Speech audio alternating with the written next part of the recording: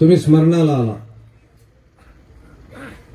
मला असं वाटतं स्मरण हे सर्वश्रेष्ठ महानुभाव संप्रदायातलं तत्वज्ञान आहे. स्मरण सर्वश्रेष्ठ.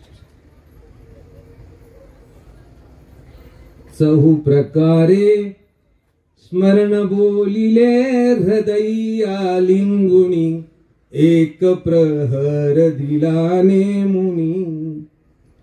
ते वेळी मज निद्रा येते अविद्येची झडपणी स्वामींची दृष्टी जाय फिरुनी. म्हणालात कधी सुंदर मूर्ती श्री दत्ताची दावा मज नयनी कशी बा खंत धरली मनी.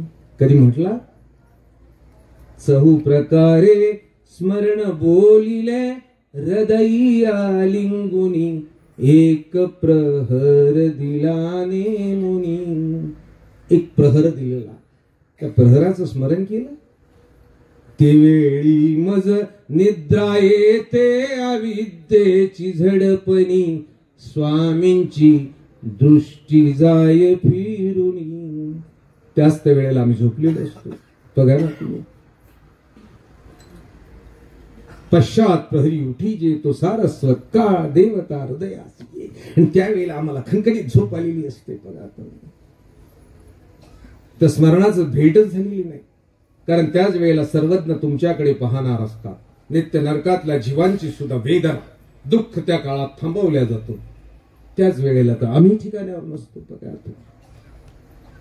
मी संसार पाच स्तोत्राबद्दल सर्वांना आग्रह करत असतो. ते संसार पाच स्तोत्र तुम्हाला पाठ आहे. कुणीतरी सांगा मला की संसार पाच स्तोत्र पाठ आहे. नाही ना. एकांकीचा देव वाळू जीवकर पुर ज्योती. जीवकर पुर ज्योती लीळा स्मरिता रजतम पापे विलयाला जाती. फक्त लीळेच्या स्मरणाने सुद्धा तिनिताप केली. त्यावेळची लीळा स्मरण आम्ही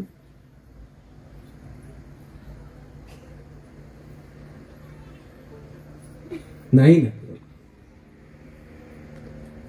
या किचकट तत्वज्ञानात मी जात नाही. किचकट तत्वज्ञानात गेलं का मग मी अद्वा तद्वा बोलायला सुरुवात करतो. आणि म्हणून मी माझं सोपं तत्वज्ञान मांडत असतो. स्मृतीस्थळातलं की मी माईंभट्टाविषयी तुम्हाला बोलत होतो की माईंभट्ट बघा तुम्ही तेवढंच सूत्र सांगितलं गेलं माईंभट्टाला.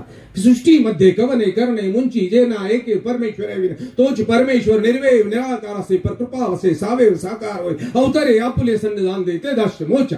बस काहीच नाही. आता तुम्ही निघाले. माईंभट्ट घरी गेलेले आहेत. घरी गेल्यानंतर माईंभट्टाने विचार केला आता हा घरचा व्याप सर्व लावून माईंभट्टाची श्रीमंती काय आहे हो. आम्ही काय श्रीमंत आहोत.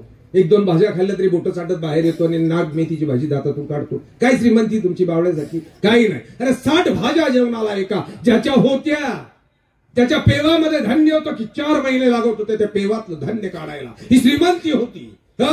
महाराष्ट्रात गंगा तीर्जाला घाबरत होतं विद्वत्तेला. महाराष्ट्राचा राजा भिकारी झाला होता ज्याच्या प्रश्नाचं उत्तर मिळत नव्हतं. ज्या प्रश्नाचं महाराष्ट्राला पडलेला प्रश्न होता. जा मा तुम्ही श्रुतीस्थळामध्ये. महाराष्ट्राचा राजा रामदेवाला 2 वेळेला प्रश्न पडले. काशीवरनं विद्वान आले. त्या विद्वानांनी प्रश्नाची उत्तर मिळाली नाही. पण माईंभट्टाने एका क्षणात दिलेली उत्तर आहेत मायबापू. एका क्षणात दिलेली उत्तर. हा ताकदीचा माईंभट्ट घरी गेलाय. ही सर्व व्यवस्था लावून टाकूया आणि मग संन्यास घेऊ. विचार केला. शौचाला तांब्या घेतला आणि गावाच्या बाहेर गेले. चालत गेले. विधी उरकला. हातात मातीचा ढेकूळ घेतला आणि पाणी टाकलं. मी लवकर सांगत जातो तुम्हाला पटकन. बाकीची लीळा तुम्हाला माहिती. हातात ढेकळावर पाणी टाकलं ते ढेकूळ विरघळताना पाहतोय.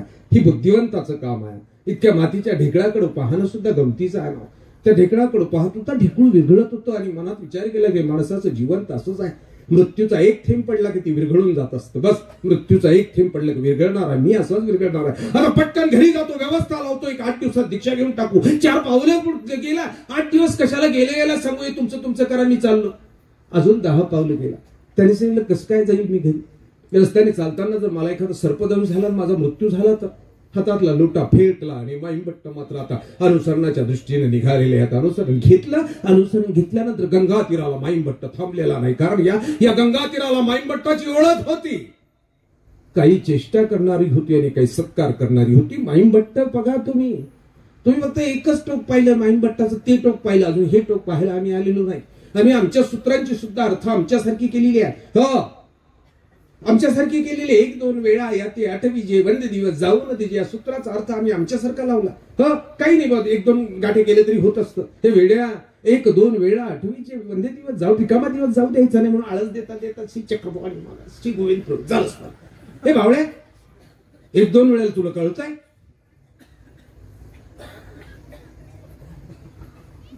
नाही ना. याची चापाच नाम्या झाडा तळी जन्मक्षेपी, आणि तो जर वाया गेला तर तो मॅच धडीला ठणकावून आमची ग्रस्त मला सांगतात. बाबा अगदी स्मृतीस्थळात या. म्हटलं बावळ्या दीक्षा घेतली, 40 वर्ष झाली, आता गंमत नाही. बरं, आमच्या वेळची गंमत वेगळीच होती. संवत्सरला नाही, मिलिटरी प्रकरण होतं. बाबा व्यतिरिक्त, शास्त्राव्यतिरिक्त बोललेले बाबा आम्हाला कधीच दिसत नव्हते. शास्त्राव्यतिरिक्त अजिबात नाही. एका दृष्टिक्षेपात सर्व काम असायचं.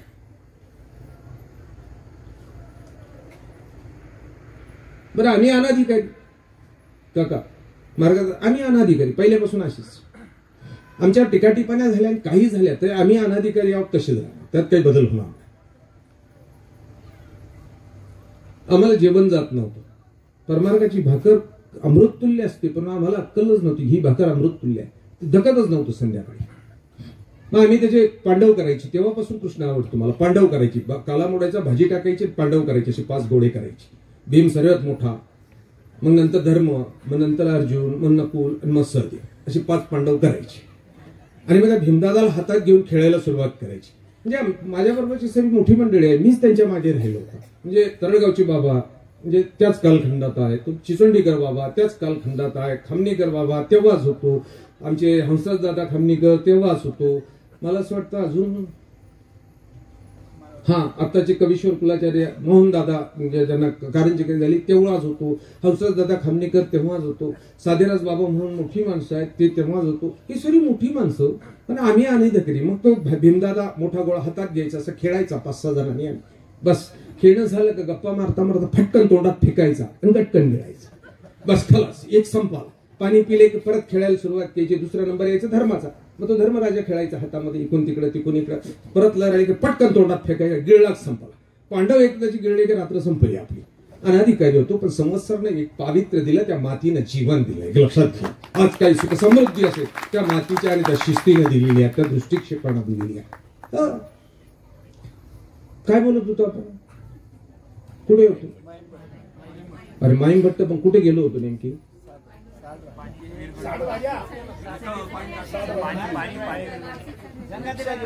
10-20 जागेवर आहे.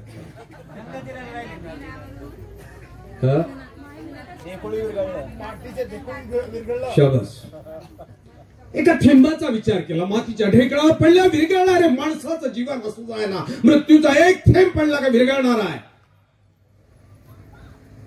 हातातला लोटा फेकला. माईमभट्ट अनुसरणाला निघाले.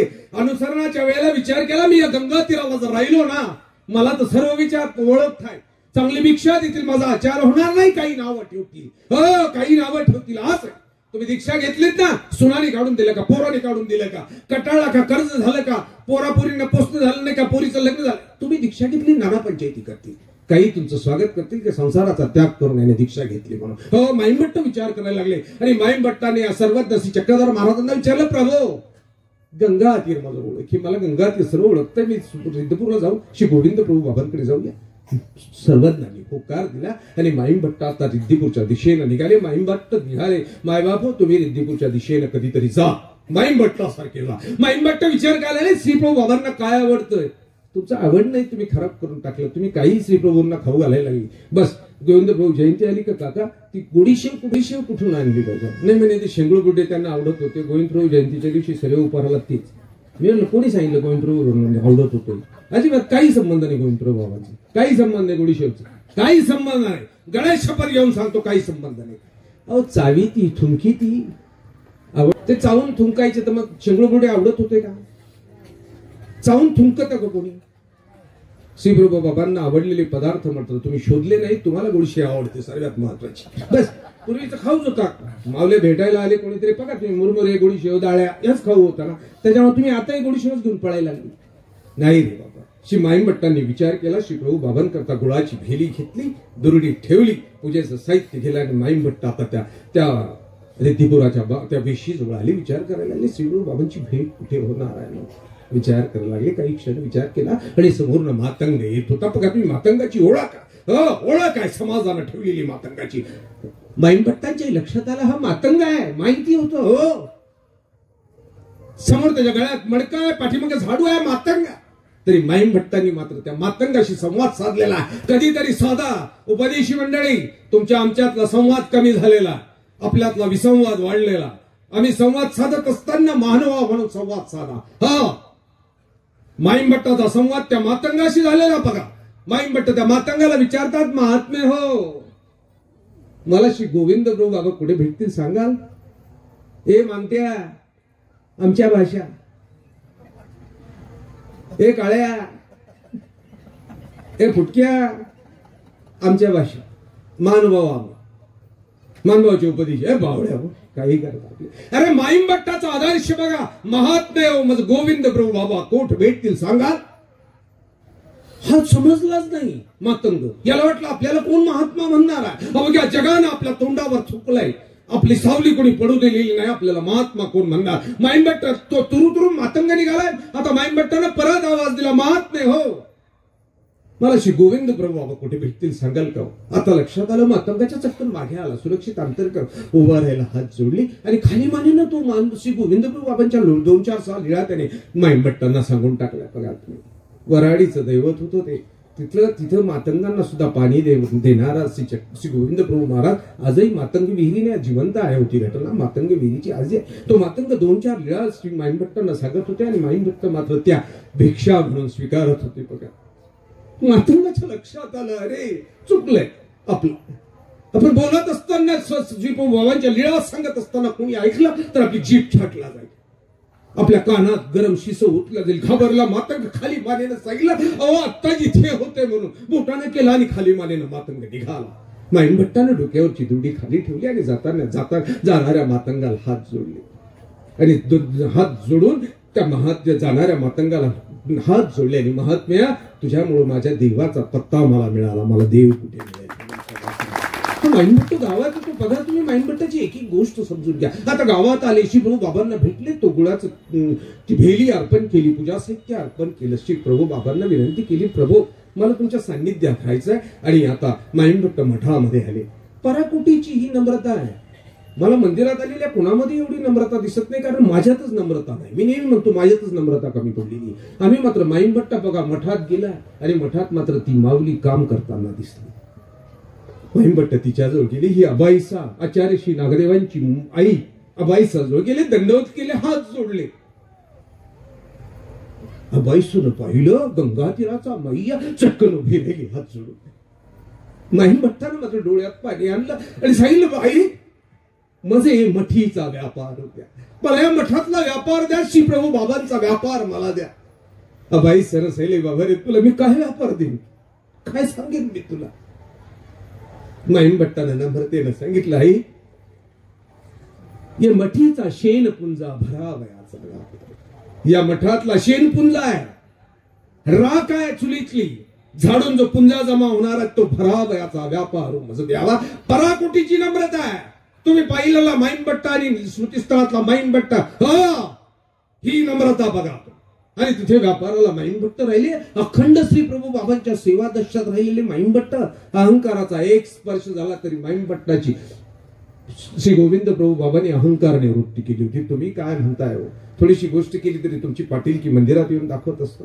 काय बाबा मार्गात तिकडे आमच्याकडे येता भिक्षा घेऊन येतात, इथं आल्यानंतर अरे नाही रे. ही माईंभट्ट बघ ना.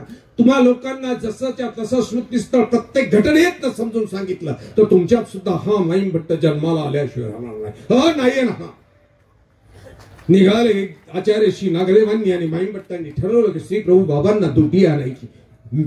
रेशमी वस्त्र त्यावेळेस दौलताबादला मिळायचं, देवगिरीला मिळायचं. आणि वस्त्र घेण्याकरता त्या श्री प्रभू बाबांच्या द्रव्यात 60 आसू घेतले आणि द्रव्य घ्यायला वस्त्र घ्यायला आता देवगिरीला पोहोचली. गावाच्या बाहेर चावडीवर एक मोठा असा लखोटा बांधलेला होता. त्याच्यात प्रश्न लिहिलेला होता. रामदेव राजाला पडलेला होता, दरबाराला पडला होता, महाराष्ट्राला पडला होता. प्रश्न लिहिलेला होता. अनेक विद्वान येऊन गेलेले आहेत. चावडीवर बोर्ड लिहिला होता, या प्रश्नाचं जो कोणी उत्तर देईल त्याला 350 आसू दिल्या जातील म्हणून लिहिलेला होता. माईंभट्टांनी आचार्यांना विचारलं, भट्टो मी देऊ का याचं उत्तर, सोडू का पोटळी? आचार्यांनी होकार दिला. पोटळी सोडली. ब्राह्मण पळत आले. ब्राह्मणांनी आरडाओरड सुरुवात केली, अरे हे कोणीतरी आलेले आहे, यांना जानवा नाही, शेंडी नाही, कासोटा नाही, आणि कोणीतरी आमची पोटळी सोडली. धर्मशास्त्राचा तो प्रश्न आहे, यांनी सोडला म्हणून जमा झाले भराभरा सर्वे. माईंभट्टांनी सर्वांकडे पाहिलं. त्यांना विचारलं, का रे का? त्यांनी सांगितलं, तुम्हाला शेंडी नाही. माईंभट्टांनी सांगितलं, का? तुम्हाला चर्चा कोणाबरोबर करायची? केसांबरोबर? जर केसांबरोबर करायची असेल तर वेश्येलाही केस असतात, मग तिच्याबरोबर चर्चा कराल. तुम्हाला जानव्याबरोबर चर्चा करायची गळ्यातल्या? अरे जानवत आहे, जानवत गुरुवाच्याही गळ्यात असते. कासोट्याबरोबर चर्चा करायची का? ते ब्राह्मण निरुत्तर झाले. अरे तुम्हाला चर्चा करायची असेल ना, या माहीयाशी करा. आणि ब्राह्मण घाबरले. माईंभट्टाने एका क्षणात उत्तर दिलं. 350 आसू घेतली. 350 आसू घेत असताना आचार्यांना सांगितलं, यातल्या द्रव्यांनी आपण श्रीप्रभू बाबांना वस्त्र घेऊ, बाकीचं मात्र श्रीप्रभू बाबांचं तसंच ठेवा. आणि गावातनं मला वाटतं मेघवर्णी दुटी, बरोबर आहे असंच आहे ना, की मेघवर्णी दुटी त्यावेळेला घेतल्या गेले. आता माईंभट्ट आचार्यशी परत गेले. श्रीप्रभू बाबांना आता हे वस्त्र ओढगव. श्रीप्रभू बाबा मोठे प्रसन्न झाले. एकदम त्या अंगाला गुंडाळल्यानंतर श्रीप्रभू बाबांनी त्या अंगावर घेऊन आता तिथं फेरे मारायला लागले. माईंभट्ट मात्र ते दृश्य पाहत होते. आणि दृश्य पाहताना मनात मात्र विचार करायला लागले की अशी उच्च दर्जाची पूजा हा माहीयाच करू शकतो. बस या माहीयानेच करायला. अहंकाराची पाल शिवली. आणि श्रीप्रभू बाबांनी मात्र तिकडे अंगावरचं ते महावस्त्र फेकलं. राक्षांचं झाला नाही. पायाने त्याला ओढत नेलं गटारीपर्यंत. अवघा परिवार आता घाबरलाय. आचार्यशींच्या लक्षात आलं. माईंभट्टाजवळ हळूच जाऊन विचारलं, भट्टो मनात काही अनुचित आणलं का? टचकन माईंभट्टाच्या डोळ्यात पाणी आलं. धडकन अंक टाकलं. लोळण घेतली. दयाघना चुकलं रे बा. अहंकाराचा वारा मला स्पर्शून गेला बा. चुकलं माझं. मी पापी आहे. विनंती केली. श्रीप्रभू बाबांचा राग आता शांत झाला. माईंभट्टांनी एवढे दास्य करून सुद्धा बघा तुम्ही, एवढं दास्य करून सुद्धा एक वारा लागला होता. फक्त ही अशी श्रेष्ठ दर्जाची पूजा माहीयाच करू शकतो. पाहावी लागेल ना. आम्ही तर आमचा उपहार मंदिरात असतो तरी 100-200 नातेवाईकांना आमंत्रण देत असतो. त्या माईंभट्टा श्रीप्रभू बाबा वराडीचं दैवत. कोणीतरी लेख होती, कोणीतरी जावाई होता, कोणीतरी पोरगा होता. दररोज यायचे आणि श्रीप्रभू बाबा मात्र दररोज सांगायचे, हिला लेख आली तिला साडी चोळी घ्या म्हणून, जावाई आला त्याला पासोडी घ्या म्हणून, कुणाला बांगड्या भरा म्हणून दररोज सांगायचे. आणि शेवट माईंभट्टांनी विचार केला की द्रव्य येणार कुठून आहे. आणि मग माईंभट्टाने व्यापार करायचं ठरवले. सोन्याचं दुकान टाकले. आता मस्त. आता माईंभट्टाने एक अंगरखा शिवलाय, वर पगडी शिवली, गळ्यात सोन्याचं लॉकेट आहे, सोन्याच्या अंगठ्या आहेत, पायात पादत्राण. आणि मग आता माईंभट्ट सोनार बनून आता त्या दुकानावर बसून व्यापार करायला लागलेले आहे. दुपारी 2 वाजेपर्यंत माईंभट्ट व्यापार करायचे. 2 वाजता अंगरखा उतरायचा, अंगठ्या उतरायच्या, पागोट उतरायचा. आता परत आपली आपली जुळी हातात घेतली, कमरेला धोतर घेतलं की माईंभट्ट आता भिक्षेला जायची. भिक्षा मागून आपलं गावाच्या बाहेर जाऊन आपली सर्वज्ञ श्री चक्रधर महाराजांना उत्तर आपण ती भिक्षा अर्पण करायची, जेवण करायची. गावातल्या एका बाईला मात्र माईंभट्टाचा सारखा राग यायला लागला. का राग येतो मला कळत नाही बायांना, कधीच कळत नाही. या एका बाईला राग आलाय. घोडा चोरीची घटना घडली, ज्या बाईनं गाव जाळून एका बाईला राग आला. घेणं नव्हतं, तो भिक्षा मागायला आला होता, तो पाणी पात्र करत होता. काय संबंध राग यायचं तुला? वाढायचं तर वाढ, नाही तर दे काढून. का राग आलाय? या बाईला राग आला माईंभट्टाचा. हा नाटकी आहे, ढोंगी आहे, भीक मागून खातोय. या बाईला भिकेतलं आणि भिक्षेतलं अंतर माहित नव्हतं. भीक पोट भरण्याकरता मागावी लागते आणि भिक्षा देव मिळवण्याकरता मागावी लागते, हे अंतर तिला कळालेलं. तिला काय माहिती काय? हा बाबा खोटा आहे, भीक मागून जगतोय, याची जिरावते जात. आणि बस नेमके कुरड्यांचे दिवस होते. कुरड्या करण्याकरता ते पिळून काढावं लागतं, चीक काढून घेतात. तो कचरा तिने बऱ्यापैकी जमा केला, दरवाजा आड लपून ठेवला. 2-3 दिवस तो चांगला सडला. आता माईमभट्ट भिक्षेला आल्यावर गिनी सांगितली याची जिरवते जाता, उचलला आणि माईमभट्टाच्या त्या झोळीमध्ये भस्कन टाकला. माईमभट्टांनी अगदी आपल्या झोळीचं वजन पाहिलं की आपल्याला लागतं तेवढं झालं. गावाच्या बाहेर गेले. आता विहिरीच्या कडेला झोळी ठेवली, हातात पाणी घेऊन उत्तरापंथीच्या बाबाला प्रार्थना केली, मायबापू तुम्ही उपकार दाखवता ना, देवाला उपकार करत नाही. स्वयंपाक तुम्ही करता मावल्यावर, त्या कार्ट्याला शेंबड्या कार्ट्याला म्हणतात उपकार दाखवणे. मग ती शेंबड्या कार्ट इकडून नाकातनं वाहत राहतं, त्याला मोकार भूक लागलेली असते. आई त्याला सांगते अजिबात नाही बाळ्या, बाप्पा जेवल मग तू जेव. मग त्यालाही त्या बाप्पावर बराच राग आलेला असतो आज तासापासून की याच्यामुळे मला ना उपाशी बसावं लागतं. त्याच्याजवळ ताट करून देते, बघा तुम्ही ते हात धुतलेलं नाही, काही नाही. मग ते तिथे जातं, मग कशा तरी घास मोडतं घे म्हणतं, या घा एकदा इकडे तोंडात जीभ चालणार, मग ते पाणी सोडायचा विचारच नका तुम्ही. काय खेळ मला नाही कळाला. ते आणलं की ते गबा खायला बसते. बावळ्या, त्या देवाला तुमच्या जेवणाची गरज नाही, पण देवाच्या दृष्टिक्षेपातनं तुमच्या अंगात तुमच्या अन्नातला रजतम जे आहे ते निघून जावं आणि सत्वस्थ झालेलं ते अन्न तुमच्या परिवाराला मिळावं, तुम्हाला मिळावं. भिक्षा सदृश्य अन्नानं तुम्ही जर सेवन केलं तर सर्वज्ञ श्री चक्रधर महाराजांच्या दृष्टिक्षेपातनं आलेलं अन्न तुम्ही सेवन केलं तर तुमच्या परिवाराला आणि तुम्हाला सद्बुद्धी प्राप्त होईल. नक्की तुमचं स्मरणात मन लागेल, धर्मात मन लागेल. म्हणून तुम्ही त्याला तू दाखवायचा आहे. तो जेवत नाही, तुमच्या जेवणावर तर तो अजिबात भिकारी नाही. अहो तुमचं जेवणच काय, ती बाजरी भेसळीची, तेल भेसळीची आहे, मेथीची भाजी आणताना सुद्धा त्या बाईशी कटकट केलेली 2 रुपयासाठी. ती 10 रुपयाला म्हणते, हे 8 रुपयाला म्हणते. हे बावळे तू 8 रुपयाला भाजी आणलेली, तो देवाला उपकार काय दाखवते, मला माहिती किती खोटं बोललेली. तू नाटक नको सांगू, अजिबात नको. बस देवाला शिरा करताना डालडा तू, नवऱ्याला शिरा करताना गावठी चालतं तिकडे. हा अजिबात घाबरत नाही. देवाच्या दिव्याला शपथ घेऊन सांगा तुमच्या कोणत्या दिव्याला तुम्ही गावठी तूप वापरता. बांटेपणा करायचा नाही. सारे डालड्या तुपाचा तुम्हाला चालेल का? तुमच्या पुढे दिवा ठेवतो डालडा तुपाचा, दिवसभर बसवतो. पहा बरं तुमचे तोंड कसे होतात. काहीतरी फेशियल करून येतात ना, आपल्या आयब्रो बिब्रो दाखवतात, आमची तोंड लय गोरे बावळ्या भुताळी सारख्या दिसतात. काही केलं तुम्ही तरी. काळे केस घातले म्हणजे झाले तरुण तुम्ही.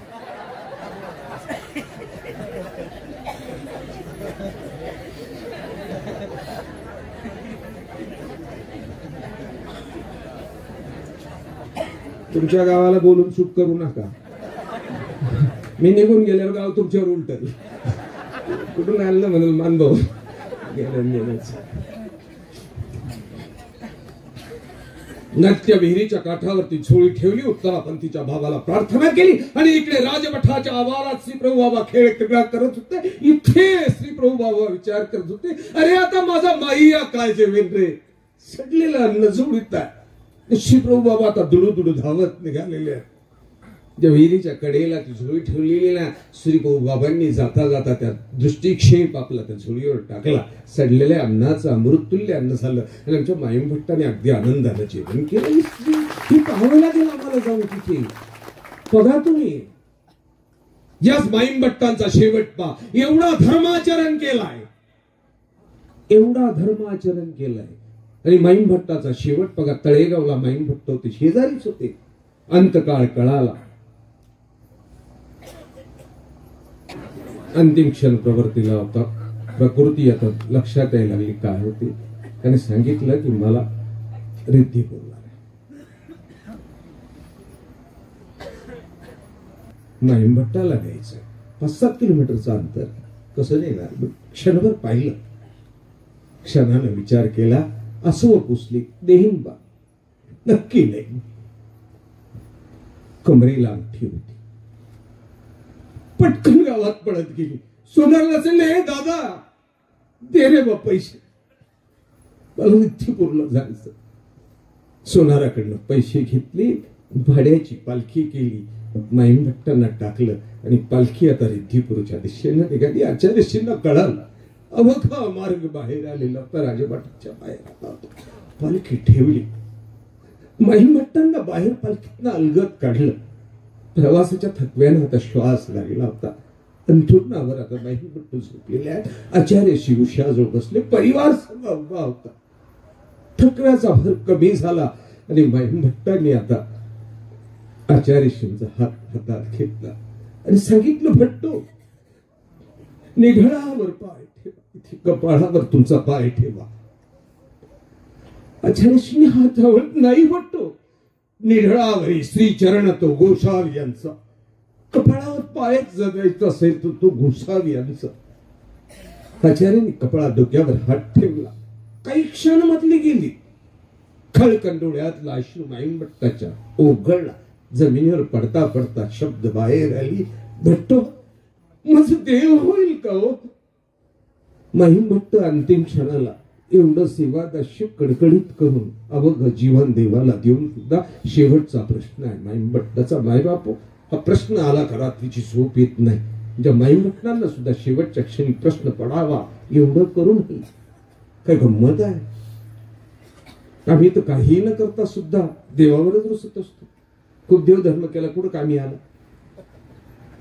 माईंभट्ट मात्र आचार्यांनी विचारता, भट्टो माझं देव होईल का? आचार्यांनी मात्र त्यांच्या कपाळावर हात ठेवून सांगितलं, हो भट्टो तुझं देव होईल, नक्की होईल. तुम्हा जर देव नाही झाला मलाही होणार. काय साधना आहे, काय पावित्र्य आहे.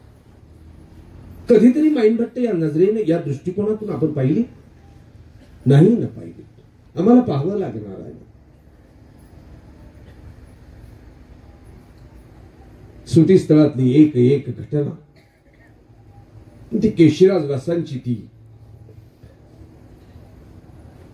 पंडित दामोदरांच्या हिराईसाची, नाती नागाईसाची. यास कुठलाही स्मृती सांगा मनाला चटका लावून जाणार आहे. मरणाची पैन तुम्ही मावल्यावर कधी लावली? 10 दिवसात तुमच्या पायाला फोड आलेली आहे, तुम्हाला चालता येत नाही. कदाचित जाता जाता कोणी म्हणतील सुद्धा काकांना की पुढच्या वर्षी फरशी बसवा, लय खडे टोचली म्हणतील. मरणाची पैज लावणारी स्त्री आमच्या मानभाव पंथात आहे. हो, नाशिक जिल्हा समृद्ध आहे. नाशिक जिल्ह्याचा दुसरा इतिहास आहे, तुम्हाला सांगून टाकतो. हो, दुसरा इतिहास आहे. भारतावर दुष्काळ पडला होता, खायला अन्नधान्य नव्हतं. सर्व संत आश्रम, ऋषी आश्रम उपवासी पडली होती. सर्व विचार करायला लागली, आपण जाणार कुठे आता? आपल्याला खायला कोण देईल, प्यायला कोण देईल? आपल्या आश्रमांचा चरितार्थ कसा चालेल? मानव पंथाची गोष्ट नाही सांगत ही पौराणिक कथा. कुठे जाणार? आणि मग मात्र चर्चेतनं निष्कर्ष निघाला की गौतम ऋषी इथे राहतात म्हणून. त्र्यंबकेश्वर जाऊ, आपण गौतम ऋषीच्या आधाराला जाऊ. आणि मग ही भारतातली सर्व ऋषी आणि संत मंडळी गौतम ऋषींकडे आली. आणि ते दुष्काळाचं वर्ष गौतम ऋषीच्या त्या डोंगराच्या, त्या पर्वताच्या कडेला ही सर्व संत मंडळी राहिली आणि ते दुष्काळाचं वर्ष पार पाडलं. हे पावित्र्य नाशिक जिल्ह्याचा. नाशिक जिल्ह्यातल्या आमच्या मावल्यांनी आमचा धर्म शेवट करण्याकरता मानवा पंथ सर्व नाशिकच्या दिशेनं धावलाय, ढोऱ्या डोंगराच्या दिशेनं धावलाय. या ढोऱ्या डोंगरात नाती नागायसाने केलेली तपश्चर्या ही अतिशय टोकाची आहे. हो, अतिशय टोकाची. मरणाची पैज लावली होती तिने, मरणाची पैज. कोण स्त्री होती माहिती आहे? नाती नागाईसा मानवा पंथाची तिसरी आचार्य होणार होती. खऱ्या चौथी आचार्य म्हणावं लागेल, चौथी आचार्य होणार होते मानवा पंथाची. जिला आचार्यत्व तिच्याकडे आलं होतं तिने सांगितलं, मला नाही, माझ्या भावाला द्या. काय मानवा पंथातल्या एका साधकांची परीक्षा सुद्धा बघा. हो, कुठल्याही माणसाला मानवा पंथात स्वीकारत असताना सुद्धा अत्यंत कठोर असे नियम आणि परीक्षा लावलेल्या होत्या. त्या तुमच्याकडून घेत नव्हते, तर ही साधक यांच्या नजरेतनं त्या सिद्ध करत होते. हो, सिद्ध करत होते.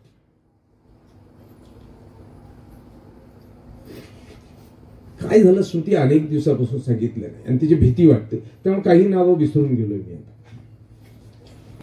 परसरामदास अटंगजनाधिक्रमाने चाललेले होते. एका झाडाखाली बसले होते गावाच्या बाहेर. काटे कितळे त्यांचं स्मरण चाललं होतं. आमच्या स्मरणाच्या जागा सुद्धा निश्चित करा, नक्की निश्चित करा. काटे कितळे स्मरण करत होते. कारण आमचं स्मरण सर्वज्ञ आचार्य श्री नागदेव सांगतात की बाबा, तू प्रपंचात बसून जे टीव्ही पुढे स्मरण करतो यापेक्षा झाडाकडे निद्रा केली तेचा. हो, झाडाखाली जाऊन झोपलास ना विजनाला, तर तेचा. ही स्मरणाची निश्चिती केलेली आहे. आणि आमचे परशुरामदास स्मरण करत काटे कितळी बसलेले होते. समोर पोरांची टोळी जमा झाली होती. बघा आमच्या साधकांची निवड कशी केलेली आहे. आमची साधक आली कशी परमार्गातली, ज्या ताकदीची आलेली ती. मुलं खेळत होती. आंब्याच्या झाडाला आंबे लागलेले होते. गदबदून गेलेला होता.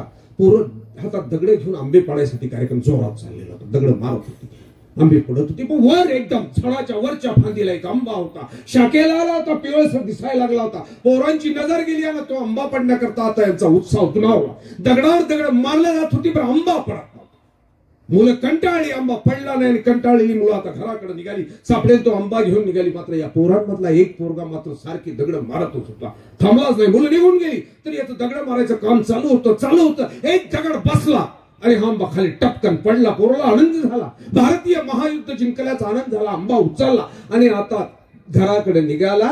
बसलेले परशुरामदास मात्र पाहत होते त्या पोराची ती गंमत. निघून गेले तरी दगड मारणं थांबवलं नाही. आंबा पडला तेव्हा थांबला आणि परशुरामदासाने त्याला आवाज दिला, हे बाळा इकडे. आला, लांबन प्रणाम केला. तो आंबा दिशील मला? या रामाने पटकन आंबा परशुरामदासांना दिला.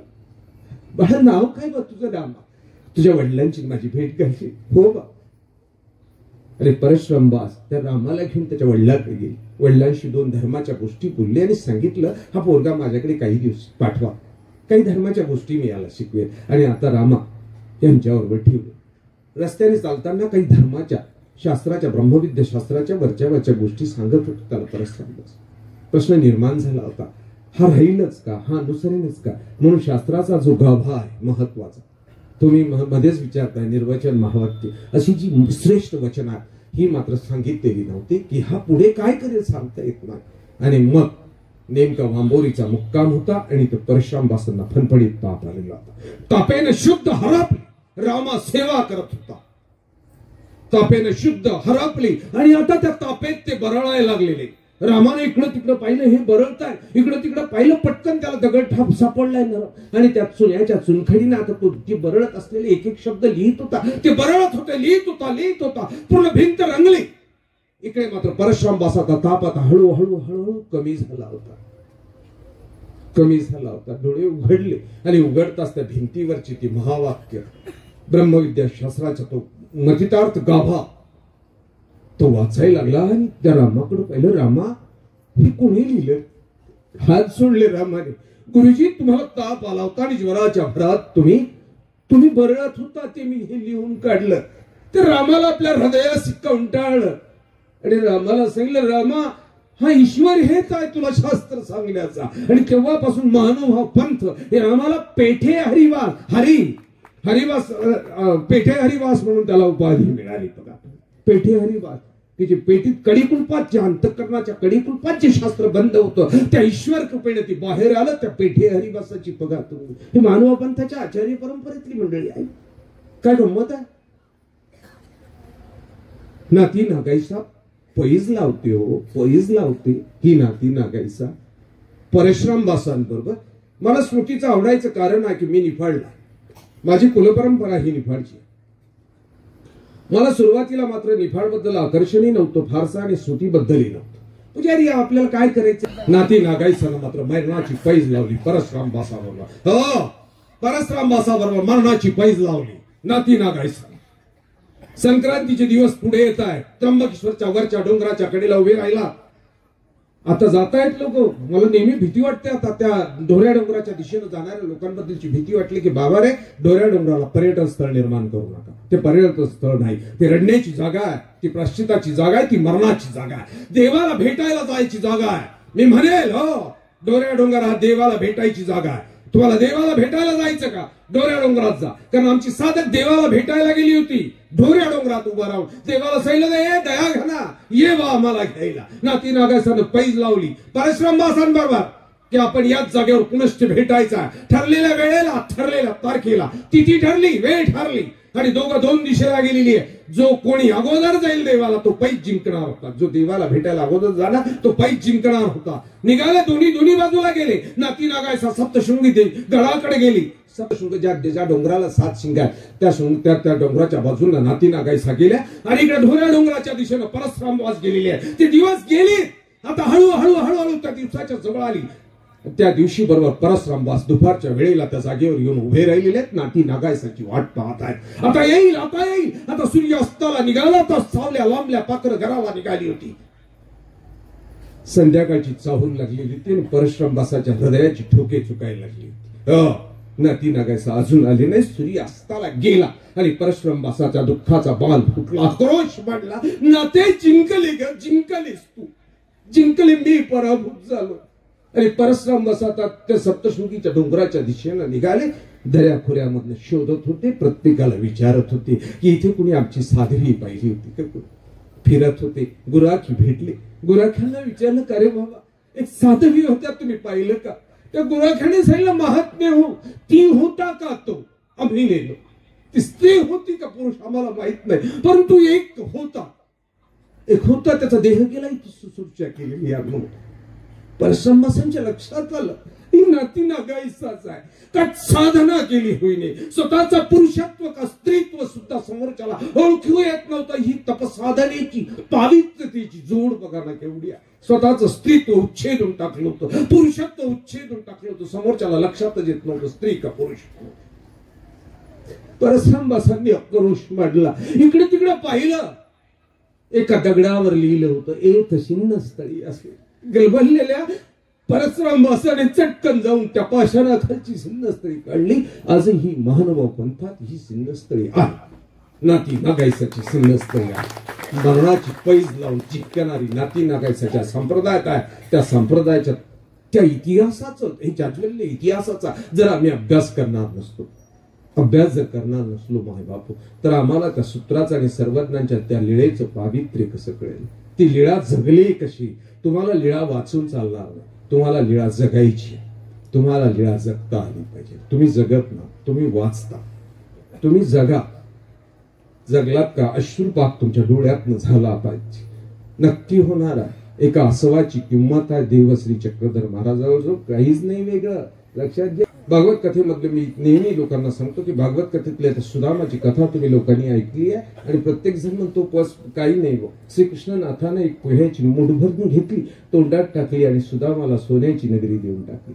मी म्हटलं दादा तर खोट्या गोष्टी आहेत, बावळटासारखे काही फसू नका. हे मानभावचे उपदेश येड्यात काढतील काही दिवसात. हे पंक्तीच करणार नाही, गुलाबजामची नाही, खिरीची नाही, बासुंदीची नाही, हे येतील पोह्याची पोती घेऊन. बस बाबा धरला का चढली का पोहे कोंबतील तोंडात. त्याला म्हणतील अजिबात नाही, पोहे खा, कच्चेच खा, सोन्याची नगरी मिळेल म्हणून. वेळावर का काही तुम्ही मानून घेता खरं. मुठभर पोह्यांनी तुम्हाला मिळणार सोन्याची नगरी? अजिबात नाही मिळणार, अजिबात नाही, मिळू शकत नाही. मिळालेली सोन्याची नगरी एका आसवाची किंमत आहे. मायबापू, एका आसवाची किंमत आहे. एक मास सोहळा होतसे पाहत्या नगरीला, होतसे पाहत्या नगरीला, परिचिंता तुरसे सुकनसे किंचित विप्राला. हा एक महिन्याचा सोहळा संपन्न झाला आणि एक दिवस सायंकाळच्या वेळेला सुदामानं त्या समुद्राच्या कडेला उभे असलेल्या कृष्णनाथाला मागणं प्रणाम केला आणि सांगितलं, नाथा जातो बा आता, तुझी वहिनी वाट पाहत असेल.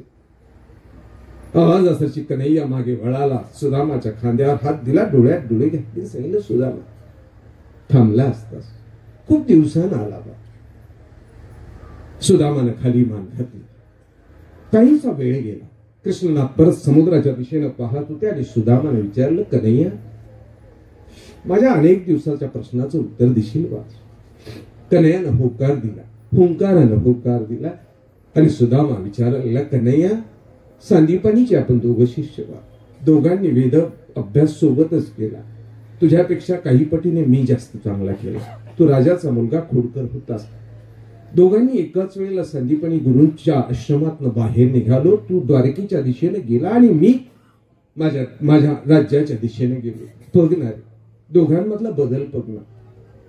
तू मात्र द्वारकेचा चक्रवर्ती सम्राट झालास आणि माझ्या नशिबी मात्र 18 विश्वाचं दारिद्र्य आलंय. बघ, 18 विश्वाचं.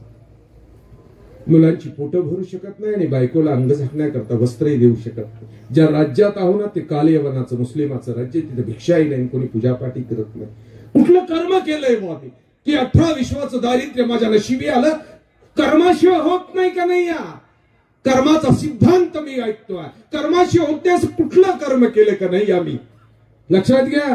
तुम्ही करत असलेली प्रत्येक गोष्ट तुम्हाला भोगावी लागत असेल ना, तो कर्म सिद्धांत आहे. तुम्हाला कर्माने जन्म झालाय. तुम्ही कर्माने उंचात, कर्मानं ठेंगण्यात, कर्मानं गोऱ्यात, कर्मानं काळ्यात, कर्मानं बाह्यात, कर्मानच माणूस आहे. स्त्री जन्म हा कर्माने मिळत असतो. वंचकत्व हा दोष घडला की स्त्री देह आक्षेपला जातो. तुम्ही कर्माना कन्हैया सांग बा, कुठलं कर्म केलं की मला कर्माची ही फळं मिळाली. आता कन्हैया भरकन वळाला, सुदामाकडे पाहिलं. सुदाम, तुला ऐकायचंय? हा बा कन्हैया, अनेक दिवसापासून प्रश्न आहे. आणि मग कन्हैयानं अगदी समुद्राच्या दिशेनं पाहून बोलायला सुरुवात केली. सुदामा, तुला आठवते का रे ती श्रावण भाद्रपदातली रात्र असाल, संध्याकाळच्या वेळेला आईनं आम्हाला काही लाकडं आणायला पाठवली. अंधार पडल्या, विजा कडकडायला लागल्या, पाऊस कोसळायला लागला. आई घाबरली, सांगितलं सुदामा रे, राजाची पोरं रे, जंगलात गेली लाकडं आलाय सरपान आणायला, जा बोलावून आण लवकर. तू निघाला आणि आईनं चटकन लगेच तुला आवाज दिला, सुदामा इकडे. सुदामा परत गेला. आईनं मात्र आता त्याला 2 फुटाण्याची 2 द्रोण भरून तिने सांगितले, बलराम आणि कृष्णाला दे आणि हात तुझा दे. कमरेला बांधत सुदामा पळत आला. जंगलात आवाज देत होता, हे कन्हैया. एका आवाजानं मात्र भेट झाली. विजेचा चमक, कडकडाट झाला, उजेड पडला. आपल्या सर्वांच्या भेटी झाल्या. आपण एका घनदाट झाडाखाली येऊन पाहिलं आणि आता पावसाची रीपटीप वाढायला लागली. विजांचा कडकडाट वाढायला लागला. अंधाराचं साम्राज्य पसरलं होतं. तर वन्य पशूंचे आवाज यायला लागले. तू घाबरायला लागला. तसं बलराम दादाने तुला खांद्यावर बसवला आणि उंच झाडावर नेऊन फांदीवर बसवला. खाल्लं मी तुला विचारलं, अरे सुधा कसा आहेस? तू सांगितलं कन्हैया एकदम मस्त होता. रात्र मोठी होत होती. आता मध्यानाच्या दिशेनं प्रवास सुरुवात झाला होता. भुकीची कावळे कावकाव करायला लागली. ती सुद्धा खाली मानेन ऐकत होता, फक्त ऐकत होता. कृष्ण बोलत होता, कावकाव करायला लागली. म्हणून तुला मी खाल्लं विचारलं, सुधा आईनं काही येताना खायला दिलं का रे? एका क्षणात डोळ्याच्या पापणी लवतेच तू विचार करून टाकला होता की आपण ब्राह्मण आहोत, हे क्षत्रिय आहे, हे उपाशी राहिल्याने यांच्यावर काय फरक पडणार? आपण मात्र नाही उपाशी राहू शकत. तू एका पापणीचा स्पर्श होत नाही तितका वर्ण आवाज दिला. कन्हैया, मी घाईगर्दीत पळत आलो बा, काही आणलं नाही. आई विसरली असेल. मी गप्प बसलो. थोड्या वेळाने खटकन आवाज आला. तसा मी तुला विचारलं, सुदामा काही झालं का? नाही काही नाही झालं कन्हैया. झाडाची फांदी पडली असेल आणि तू हळूहळू एक फुटाणा काढून खाय. कृष्ण बोलत होता. खाली पायाला गरम काहीतरी लागलेला थेंब होता. म्हणून कन्हैयानं पाहिलं तर पायावर कोसळून अश्रूंचा अभिषेक कृष्णनाथाच्या श्रीचरणावर सुदामा करत होता. पश्चातापाच्या अश्रूचा अभिषेक श्रीकृष्णनाथाच्या श्रीचरण कमलावर होता. कन्हैयाने उचलला. हृदयाला कंटाळा. बस सुदामा, बस. एका जन्माचे नाही रे, अनंत जन्माची पाप आता नसल्या गेली. तुझ्या अश्रूच्या एका थेंबाबरोबर अनंत जन्माची पाप नसल्या गेली. अरे जा, सोन्याची नगरी काय, अश्रूची किंमत आहे देवाच्या दृष्टिकोनातून. कैवल्य देणं. अश्रूची किंमत देव देतो. तुमच्या डोळ्यात अश्रू येत नाही, तुम्ही एक अश्रू देवाच्या श्रीचरण कमलावर अर्पण करा. फुलं वाहताय, नारळ वाहताय, सुपाऱ्या वाहत्या, डोकं ठेवता. कधीतरी डोकं ठेवता डोळ्यातला एक अश्रू देवाच्या पायावर अर्पण करून पहा. तुम्हाला कैवल्य दिल्याशिवाय होणार नाही. देव तुम्हाला कैवल्य मिळाल्याशिवाय. सुदामाला सुवर्ण नगरी मिळालीच नाही तर देवाचा देवही मिळालेला. पण आम्हाला मात्र देवाजवळ गेल्यानंतर देव मागता येत नाही. हे आमचं दुर्दैव आहे. आम्ही देवाजवळ जातो, त्याला काही मागू नका. प्रसन्न झालेल्या दत्तात्रय महाराजांनी सहस्त्रार्जुनाला सांगितलं, अर्जुना माग, तुला काय हवाय? सहस्त्रार्जुनानं दुंडे हात पुढे केलेली आहे. दुंडे हात से मुंडाया प्रभुजी तेरे द्वारे. दुंडे हात पुढे गेले. अरे त्याच वेळेला जर सहस्त्रार्जुनानं सांगितलं असतं, देवा मला काही नको आहे, तू हवायस, दत्तात्रय महाराजांनी तत्काळ त्याला मोक्ष दिला असता. नक्कीच. कनाशीच्या ब्राह्मणाला मागितलं, सर्वज्ञ सांगतात प्रसन्न झालं, माग, तुला काय मागायचं ते देईल तुला. ब्राह्मणानं मागून काय मागितलं? सुने हाती तक्र भाताची आरोग्य. प्रपंच मागितला, मला मागताही येत नाही. आम्ही देवाला मागायला पाहिजे, देवा तू हवायस मला, बस. मला भागवत कथा आवडते. भागवताची शेवटची कथा सांगतो सज्जनो, तुम्हा लोकांची रजा घेतो. कोणती सर्व महाभारत युद्ध संपलंय, भगवद्गीता सांगितली. तुम्हाला भगवद्गीता सुद्धा एक कधीतरी भेटलात का समजून सांगेल की भगवद्गीता आंधळ्याला सांगितलेली धृतराष्ट्राची कशी असू शकते, हाही विचार करावा लागेल. आता कोणती महाभारत संपलंय, राज्याभिषेक सोहळा झालाय, कलियुगाचा धर्म निरोपण केला गेला आणि आता कृष्ण निघालाय. पांडवांना सांगितलं, आई कुंतीला सांगितलं, ते निघतो मी आता. आणि निघतो शब्दांना आता कुंतीचं काळीच कळवळलं. कन्हैया जवळ आली आहे. कन्हैया कुठे जातोस? कसा जाऊ देईल तुला? नाही गाते, जावं लागेल म्हणून मोठी झाली असती, आश्रमात टाकली पाहिजे. भावंडा पुतण्या आहेत, काका आहेत, द्वारकेकडे लक्ष दिलं पाहिजे. 56 कोटी यादवांचा तो पसारा आहे. नाही बा कन्हैया, नाही जाऊ देणार तुला. द्रौपदी उठली, रडायला लागली. आता पांडव जमा झाली. सर्वांच्या डोळ्यातनं आसवं गळत होती. कन्हैया मात्र कुंती आतेला समजत होता, नाही गाते. आत्याने कुंती आतेला मात्र घट्ट मिठी मारलेली. डोळ्यातनं आसवं गळत होती. कृष्णनाथानं तिच्या डोक्यावर हात फिरवून सांगितले, आते प्रसन्न झालो का मी तुझ्यावर? प्रसन्न झालो.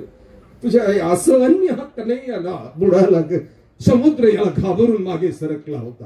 हा त्या द्वारकेचा जो उभारा होता तो पाहून घाबरलेला सप्तसागर मागे सरकला होता. पण तुझ्या आसवाच्या बुंदानं मात्र कृष्णनाथ बुडाला. माग प्रसन्न झालं. तू मागशील दे. कोणती चमकली मागे सरकली नाही बा कन्हैया. बिकरटी आहे रे. तारुण्यात नवरा गेला, मुलं सांभाळली, मुलांचं राज्य मिळवण्याकरता 40 लाख लोक मारले गेली. बा कन्हैया मी दुर्दैवी नाही गा. ते तुझी चेष्टा नाही करणार. माग तर खरं तू मागून तो पाशी. कुंतीने सांगितलं खरंच कन्हैया. अगं हो ना गा ते माग ना. कुंतीने डोक्यावरच्या पदराची झोळी कृष्णनाथाच्या पुढे धरली आणि कन्हैयाला सांगितलं कन्हैया नक्की देशील. नक्की देईल का ते. नक्की देईल. या जगातली सर्व दुःख जमा कर, सर्व संकट जमा कर आणि तुझ्या हत्याच्या पदरात आलून घालवा. दुःख होती, संकट होती, तू होतास. दुःख संपली, संकट संपली, तू निघालास. मागणंही मागता आलं पाहिजे. मागणंही मागता आलं पाहिजे. माय बाप हा सर्व सोहळा पार पडलाय. 10 दिवसाची ही तपसाधना तुमची. 10 दिवस तुम्ही तपसाधना केलेली आहे. काकांनी बोलवलं. मी सांगितलं माझा प्रांत नाही, मी वेगळ्या प्रांतातला. माझ्या मनातही नाही, येणारही नाही. आणि मी हा प्रयत्न करत नाही. मी मात्र चंदनवंदन माझा निंबा हा प्रयत्न असतो. परंतु मला असं वाटतं प्रत्येकाने एक एक जागा व्यापून घ्यावी आणि त्या जागेचं मास्टर व्हा. बरोबर. अर्धवट कोणी काही करू नये. आपली भूमिका आहे. मला माहिती भागवत हा माझा प्रांत आहे आणि भागवतात मी कृष्ण सांगेन, वेगळा सांगेन, माझ्या पद्धतीने सांगेन. बरोबर. भागवत माझा प्रांत आहे. हा श्रुतीस्थळ ग्रंथाचा अभ्यासक मी होतो मागे. मात्र मी नंतर श्रुतीस्थळ ग्रंथ लिहिल, मराठीत रूपांतरित केलं. परंतु नंतर मात्र आमच्या लोकांचं एक कळालं की त्यांना तो रूपांतरित केलेला श्रुती म्हणजेच काही कळत नाही. त्यांना लीळाचरित्र कळतं. बरं, लीळाचरित्राचा आम्ही हा ग्रंथ मला असं वाटतं मानवा पंथात नाही म्हटलं तरी मोठ्या अधिकरण मंडळींनी ज्याला म्हणजे अधिकरण म्हटल्यापेक्षा आमचे मामाश्री, वांबोरीचे मामाश्री, आमचे गुरुवारी मामाश्रीने सुद्धा ज्या आम्ही ग्रंथाचं कौतुक केलं. मी लोकांना सांगतो लीळाचरित्र तुम्हाला समजणार नाही. लीळाचरित्रामधलं सूत्र तुम्हाला कळणार नाही, दृष्टांताचा अर्थ कळणार नाही, द्राष्टांतिक कळणार नाही आणि सर्वात महत्वाचा हेतू कळणार नाही. सर्वज्ञांची लीळा करत असताना प्रत्येक लीळा करतानाचा हेतू तुम्हाला कळणार नाही. मात्र तुम्ही आम्हीमध्ये मात्र लिहित असताना हा सर्वकष लिहिला. आम्ही त्यातला सूत्रार्थ काढला, शास्त्राचा निर्णय दिला, दृष्टांताचा अर्थ काढला, द्राष्टांतिकाचा अर्थ काढला आणि सर्वज्ञांचा ती लीळा करत असताना हेतूही लिहिला की तो काय लीळेचा काय हेतू होता म्हणून तोही लिहिला. परंतु लीळाचरित्र आम्हाला पाहिजे. नंतर मी श्रुती लिहिण्याचा मला तळगावच्या बाबांनी सूचना केली की आमचे कैवल्यवासी कारंजी क्रमांक सांगितले तुम्ही श्रुती छान बोलतो, श्रुतीस्थळ लिहून टाक. मग मात्र मी मला 1.5 वर्ष त्यावर काम केलं. मला सूर्यवंशी म्हणतात. मी 9-9:30 झोपेतून उठत नाही. परंतु दुसरा एक रोग आहे की माझ्या सर्व आप्तेष्टांना, माझ्यावर प्रेम करणारी मानव पंथातल्या सर्वांना माहिती ते 2-3 वाजेपर्यंत झोपतच नाही. म्हणजे मला कारंजेकर बाबा नेहमी म्हणायचे निशाचर आहे. प्रवास असेल तर रात्री करतो, अभ्यास करायचा असला का रात्रीचा करतो. आजही 2-2:30 वाजता 3 वाजेपर्यंत बसलेला राहतो, सकाळी उशिरा उठतो. त्या कालखंडामध्ये मी मला असं वाटतं रात्र जगलो आणि स्मृतीस्थळ लिहिलं. त्या दरम्यान कैवल्यवासी बाबांचं निधन झालेलं होतं. ते बाबांना अर्पण केलं. लोकांना मी अनेक वेळेला सांगितलं की स्मृती घडलेल्या जागेवर आपण जाऊ, त्या जागा पाहूया. आपण त्या जागेवर तुम्ही एक गाठी स्मरण करा, अनुभवाने जगा कधीतरी. श्रुतीस्थळ लिहिलं आणि त्यानंतर मी भागवताच्या मागे लागल्यावर मग श्रुतीचा अभ्यास कमी केला. तरुण मंडळी बोलायला. वाचनिकांपर्यंत माझा नेहमीचा आग्रह राहायचा की तुम्ही वाचनिक मंडळी स्मृती अगोदर वाचा. श्रुती वाचली की तुम्हाला लीळाचरित्रातली लीळा कळेल. तुम्ही दत्तात्रय कवचाचं पारायण करू नका, नक्की करू नका. तुम्ही त्याहीपेक्षा सप्तग्रंथाचं पारायण करा. काका जो प्राश्चित विधी आहे सर्वात श्रेष्ठ. मला काकाशी बोलतो 2च मिनिटं, तुम्हाला झोपा येत आहेत नक्की. पण प्राश्चित विधीतलं सर्वात श्रेष्ठ प्राश्चित कोणतं आहे माहिती तुम्हाला? माहिती आहे का? निर्वेद म्हणजे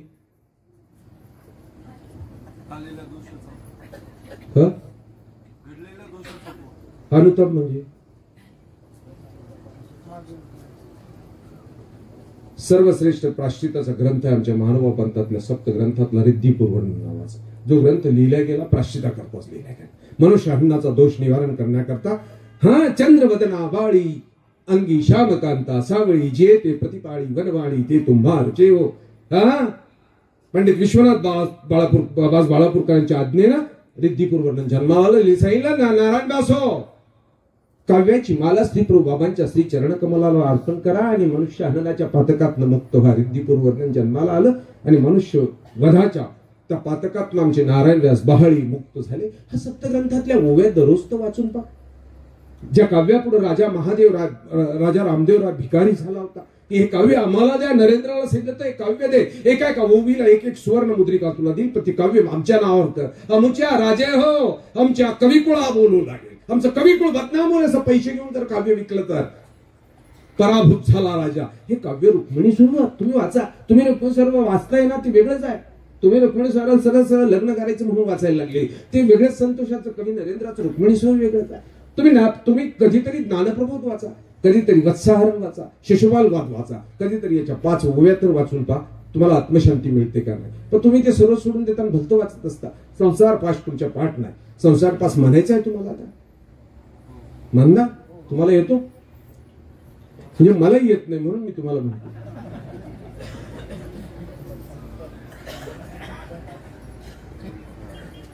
पाठ दुखत आलं तर सरळ बसा. आपण वाचून म्हणू ना. मला फक्त तेवढा तुमच्याकडनं अपेक्षा आहे, 5 ते 6 ओवी. यानंतर पुढच्या वर्षी काका तुमच्याकडून पाठांतर झालं का नाही ते करून घेतील ना. काका पुढच्या वर्षी मात्र वेगळ्याच जागेवर जायचं म्हटले, ज्याकरता माझी धडपड आहे. मला असं वाटतं गेले 1 वर्षापासून मी त्या गोष्टीवर आढावा करतो. त्याच्या अगोदर केली नाशिकला आमच्या कार्यकर्त्यांनी, म्हणजे अगदीच दिनकर अण्णा पाटील असतील, बाळासाहेब सानप असतील, प्रकाश नानावरे असतील, आमचे कुंजाभाऊ सांगळे असतील, अशी जी काही मंडळी यांनी गेल्या वर्षी अधिवेशन केलं होतं. त्या अधिवेशनाच्या वेळेला मला ठराव लिहायला लावली होती की तुम्ही ठराव लिहा. आणि मग मी ठराव लिहित असताना तो भडोतचा ठराव लिहिला होता की भडोत हे कोणत्याही पद्धतीत मानवा पंथाच्या सर्वज्ञ श्री चक्रधर महाराजांची जन्मभूमी आम्हाला परत मिळाली. नाही मिळत तर नाही मिळत, काही हरकत नाही, नका देऊ, पण आम्हाला दर्शन घ्यायला तर मिळाली पाहिजे. आम्हाला डोकं तर ठेवू द्या तिथे, आमचा देव तिथे आलाय तिथं पहिलं तर डोकं ठेवू द्या, किमान हात जोडू द्या, आम्हाला येऊच देत नाही तिथे. आता हे गेल्या वर्षीचा ठराव होता. यानंतर वर्षभर मला वाटतं दिनकर पाटलांनी चांगल्या पद्धतीने त्याचा पाठपुरावा केला. मला मध्यंतरी सांगितलं, मी म्हणजे आमच्या कारंजेकर बाबांबरोबर आम्ही मोहनजी भागवतांना भेटायला गेलो. मी तिथेच सांगितलं भागवत साहेबांना की हे बडोच आम्हाला मिळालं पाहिजे. नंतर मला नागपूरला साहेबांनी सांगितलं तुम्ही काही लिहून आणलं, म्हटलं नाही. म्हणजे तुम्ही घेऊन या, माहिती द्या त्याची पुरातन, म्हटलं काही हरकत नाही. आणि मग घरी आल्यानंतर मला असं वाटतं अनेक ग्रंथांमध्ये पाहिली, अशीच रात्र काढल्या, अनेक ग्रंथांची माहिती जमवली. तरगावच्या बाबांनी मला चांगलं, रायकर बाबांनी चांगली मदत केली की आम्ही ती सर्व त्याची माहिती साधारणतः 700-800 7व्या शतकापासून सुरुवात झालेली ती 7व्या-8व्या शतकातली ती माहिती जमा केली. ते सर्व बाळ केलं, गुजरातच्या मुख्यमंत्र्यांना दिलं. इकडे भागवत साहेबांना मला असं वाटतं 1 महिना झाला असेल की भागवत साहेबांना आम्ही अमरावतीला परत द्यायला गेलो. एकंदरीत ते शासकीय पातळीवर ते कामाला लागलं. परंतु शासकीय पातळीवर कामाला लागत असताना आपल्या लेव्हलला सुद्धा ते कामाला लावणं गरजेचं आहे. काकांनी मला आल्या सांगितलं, बाबा पुढच्या वर्षी मी भडवतचा विचार करतो. म्हटलं काकाजी तुमचं अभिनंदन, नक्कीच मी वर्षभर तुमच्याकरता तुम्हाला शतायुष्य म्हणून स्मरण करेल, 1 गाठी तरी तुमच्याकरता करेल की काका तुम्हाला 100 वर्ष आयुष्य मिळावं आणि तुम्ही अगदी तिथं भडोसला जावं, ह्या मंडळींना घेऊन जावं. अगदी नक्कीच आपण गेलो पाहिजे. 1000 नाही 10,000 आपण भडोसला गेलो पाहिजे. ते मला आणि तिथे परवानगी देतील का म्हटलं तुम्ही जा तर खरं, तोपर्यंत काम परत पुढे नेलेलं असेल आणि नाहीच झालं तुमची तारीख कळवा, तिथलची परवानगी आम्ही करून देऊ, कशी करायची तुम्हाला मध्ये कसं जाता येत म्हणजे आम्ही करून देऊ, तुम्ही जातो बरोबर. या स्मृतीस्थळाचा अभ्यास तसाच केला होता, स्मृती मांडली होती, स्मृतीचा ग्रंथही मांडला होता. मी गावागावात जाऊन स्मृती लोकांपर्यंत पोहोचवली, सप्तग्रंथ पोहोचवली. आता मात्र सप्तग्रंथ नाही तरी काका भरोसला तुमच्याकडनं नक्कीच संसार पाठ स्तोत्र पाठ करतील. सकाळी उठल्यानंतर त्याला काही अजिबात दत्तात्रयाचं पारायण करायचं नाही, महावाक्याचं तर अजिबात करायचं नाही, अजिबात नाही. निर्वचनाचं पारायण करायचं नाही. महावाक्य पारायण करण्याची वस्तू नाही, निर्वचन पारायण करण्याची वस्तू नाही, नाही नक्की नाही. ती अंतःकरणात साठवण्याची वस्तू आहे. हो, अंतःकरणात साठवण्याची वस्तू आहे, पारायण करायची वस्तू नाही. पारायण करायचं असेल तर संसार पाशवाचा जोडा आहात तुम्ही, चला आपण पाहून का होईना, मी म्हणतो तसं म्हणायचं. लावले डोळे, लावले डोळे आहे करावं.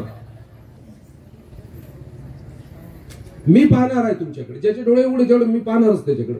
तेव्हा बघा तुम्हाला कसं होतं. डोळे बंद पाहिजे, उघड्या डोळ्याचा एकही दिसायला नको. पायावरची आडी काढून टाका, पाय चप्पल असेल बाहेर फेका. संसार भाषा साधू लोकांनी अजिबात हात जोडायची गरज नाही. तुम्ही संसारात नाही, तुम्ही काय संसार पाश म्हणता, काही संबंध नाही. थंडी वाजली असेल चादर बाजूला करा, हात जोडा, हात आहे ना आपल्याला, बस. संसार संगे बहुशीनलो मी, कृपा करी रे दत्तराज स्वामी, प्रारब्ध माझे सहसा चुकेना,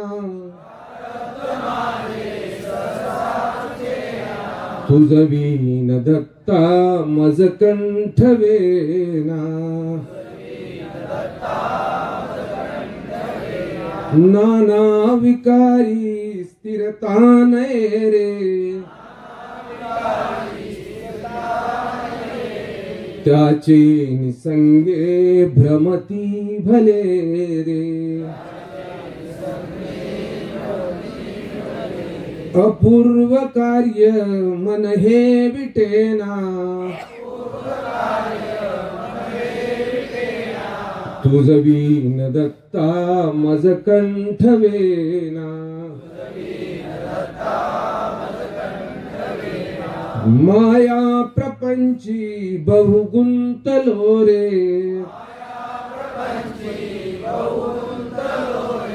विशाल व्याधी मदी बांधलो रे, देहाभिमाने अतिराहवेना, तुझ विन दत्ता मज कंठवेना, दारिद्र्य दुःखे बहु कष्टलो मी, संसार माये तची गुंतलो मी, संचित माझे मजला कळेना, तुझ विन दत्ता मज कंठवेना, लक्ष्मी विलासी बहु सौख्य वाटे, श्री दत्त ध्याता मनी कष्ट मोठे, प्रपंच वार्ता वदता विटेना, तुझ विन दत्ता मज कंठवेना, अहोरात्र धंदा करिता पुरेना, प्रारब्ध योगे मज राहवेना, हे दुःख माझे कधीही टळेना, तुझ विन दत्ता मज कंठवेना. मायबापू, हा संसार पाश मी तुम्हाला अर्धा काकाजींच्या सान्निध्यात तुम्ही आहात. ज्या परिस्थितीत तुम्ही नवरात्राची इथे अनुभवली, तुम्ही तर आमच्या महानुभावांचा इतिहास आहात. खरेच तुमच्यात कुणीतरी महदाईचा आहे, कुणी रुपाईचा, कुणी साधाईचा आहे, कुणी औसा. नक्कीच आहात मायबापू. तुम्हा सर्वांना वंदन करतो. विनोदाचे भाग असतात, काहीतरी बोलतो. मला असं वाटतं ब्रह्मविद्या शास्त्र हे अत्यंत बोजड वृक्ष प्रांत आहे. त्या प्रांतातनं तुम्ही काही वेळ बाहेर यावं आणि तुम्हाला सहज सहज देव सांगावा, या उद्देशाने थोडा विनोद असेल, बोललो असेल, परंतु तो विनोद आहे. कदाचित मनाला एखादी गोष्ट तुमच्या लागली असेल तर तुम्ही सर्व मिळून मला माफ कराल. मी नेहमी तुमच्याकडनं अपेक्षा करत असतो. तुम्हा लोकांचं शुभचिंतन, तुम्हा लोकांची, साधू लोकांची आशीर्वाद याशिवाय आम्ही लोक नाही काम करू शकत. आमची मायबाप आहेत तरी कोण, लक्षात घ्या. ही ईश्वरीची सर्व नातीसंबंध आमची मायबाप आहे. प्रवासातला अनेक किलोमीटरचा प्रवास असेल, दगदग असेल, धावपळ असेल, कुठलाही डॉक्टर आम्हाला जगू शकत नाही. आमचा देव श्रीचक्रधर आणि आमच्या परमार्गाच्या सर्व धुरा यांचा आशीर्वाद असेल, शुभचिंतन असे आम्ही नाही जगू शकत. म्हणून कदाचित बोलताना एखादा शब्द कुणाला मनाला लागलाय असेल, तुम्ही लोक नक्कीच माफ कराल. परमेश्वराला मात्र मागणं मागताना मी लोकांना सांगतो काहीच मागू नका, एकच गोष्ट मागा. आपण हात जोडून एकच मिनिटाची प्रार्थना करू. मी तुम्हा लोकांची रजा घेणार. एकच मिनिट हात जोडायची, डोळे लावून घ्यायची. सदाचार संकल्प संकल्पना दे,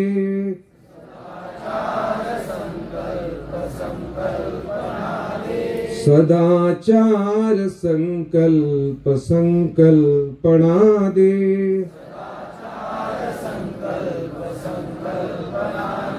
जगी चांगले तेची आमुच्या मना दे,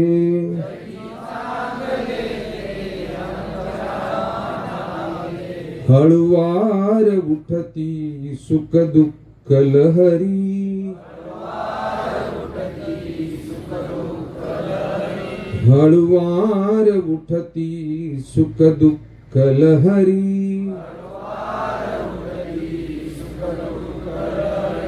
तया जाणण्या तूच संवेदना दे,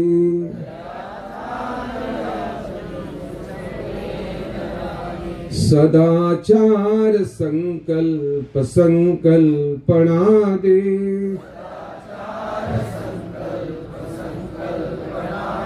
जगी चांगले तेची आमुच्या मना दे,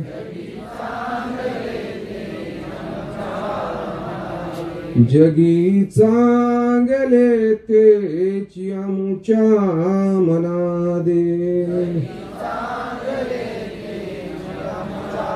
सर्वज्ञ श्री चक्रधर स्वामी.